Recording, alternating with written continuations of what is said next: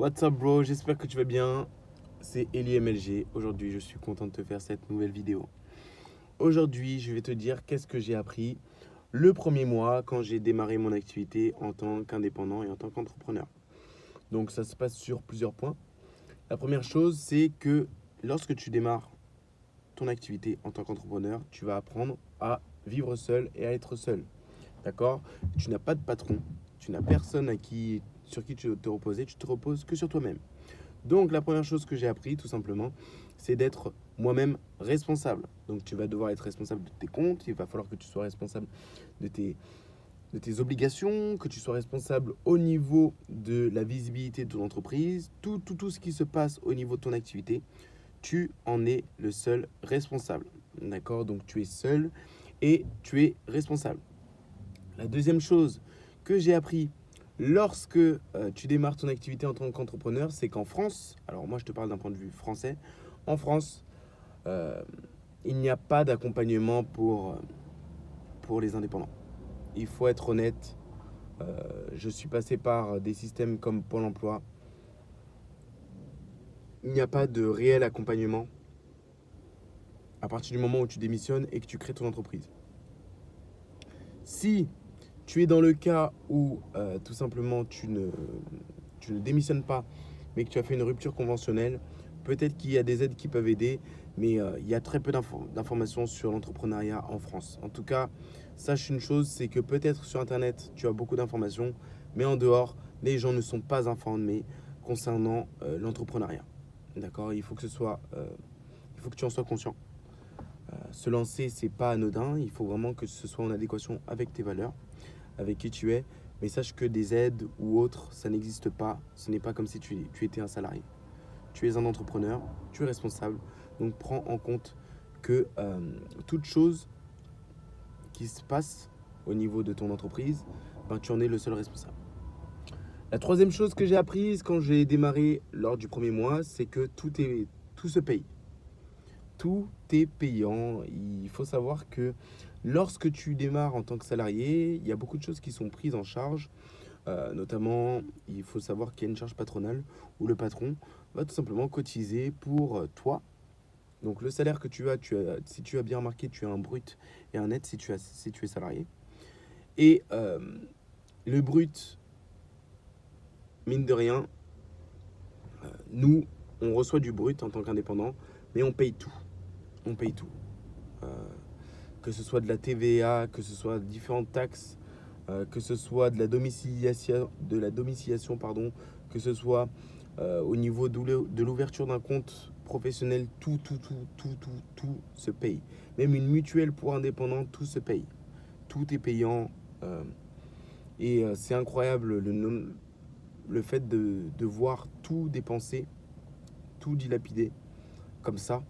Euh, mais c'est pour ça que si tu décides de te lancer en tant qu'entrepreneur, il faut vraiment que tu aies les épaules solides dans un premier temps, parce que ça va pas être facile, mais que par la suite, tu aies aussi des ressources financières. D'accord?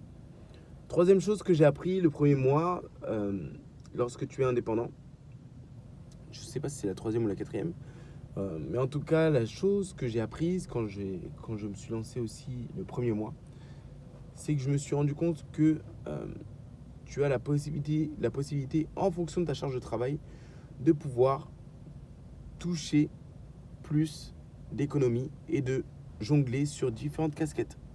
D'accord?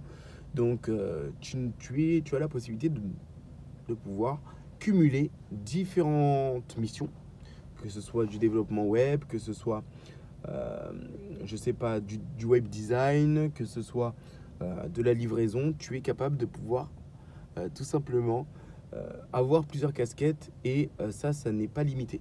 Cependant, au niveau de ta déclaration de l'URSSAF, il faudra dire, ben là, tel montant, c'est grâce à tes ventes que tu as pu générer grâce au e-commerce, tel autre montant, c'est grâce au coaching, tel autre montant, c'est grâce à des formations que tu as mises en place, tel autre montant. Donc voilà, tu jongles sur plusieurs autres montants. Donc vraiment, c'est important de le savoir. Et au moins, ça te permet de savoir que tu as la possibilité de pouvoir jongler sur plusieurs autres activités. Et Donc c'est vraiment ça que j'ai appris lors du premier mois, c'est que tu n'as aucune limite au niveau euh, des missions. La seule limite, c'est la limite du temps que toi, tu as dans une journée. Donc c'est 24 heures. Et sur les 24 heures, il va falloir du coup les manager. Les manager, pardon. Donc c'est pour ça que je fais en sorte de manager, je fais en sorte de t'apporter du contenu de qualité pour ne pas avoir beaucoup de coupures à effectuer, pour que le montage soit rapide et pour que je puisse, bien entendu, étendre le contenu directement parce que je souhaite faire un contenu par jour durant les 6 prochains mois. Donc c'est un travail qui me demande de la réflexion, mais dès que j'ai un peu de temps devant moi, ce que je fais, c'est que j'active ma caméra et je fais en sorte de te propager un maximum de contenu.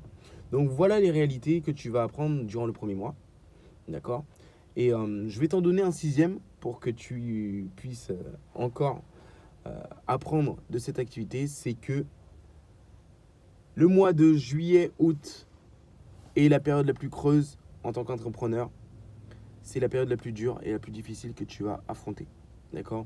Donc il faut que tout au long de l'année, tu te prépares au mois de juillet, août, parce que aucune entreprise, enfin toutes les entreprises avec lesquelles tu vas pouvoir collaborer, je te le souhaite, hein, ne vont pas être disponibles. Même si tu fais du B2C, si tu travailles avec des clients, les clients ne seront pas disponibles parce qu'ils vont tout simplement partir en vacances et ils n'auront pas besoin de tes différents services. Donc fais en sorte d'économiser, d'épargner un maximum durant les périodes où c'est en hausse. D'accord. Donc là, on arrive vers le mois de mai, enfin avril-mai, c'est là où tu vas voir que l'argent, on va le mettre un maximum de côté pour se préparer à affronter la tornade qui est la fameuse période d'été pour rebondir lorsque ce sera la rentrée de septembre. D'accord. Donc voilà les informations que je te donne concernant le démarrage de ce que j'ai appris lorsque tu démarres en tant qu'entrepreneur. J'espère que ça t'a plu. Oublie pas, n'hésite pas à t'abonner, à liker, c'est important. Je te partage du contenu de valeur. C'était Eli MLG. Je te dis à très vite pour la prochaine vidéo qui apparaîtra demain normalement. Ciao, ciao.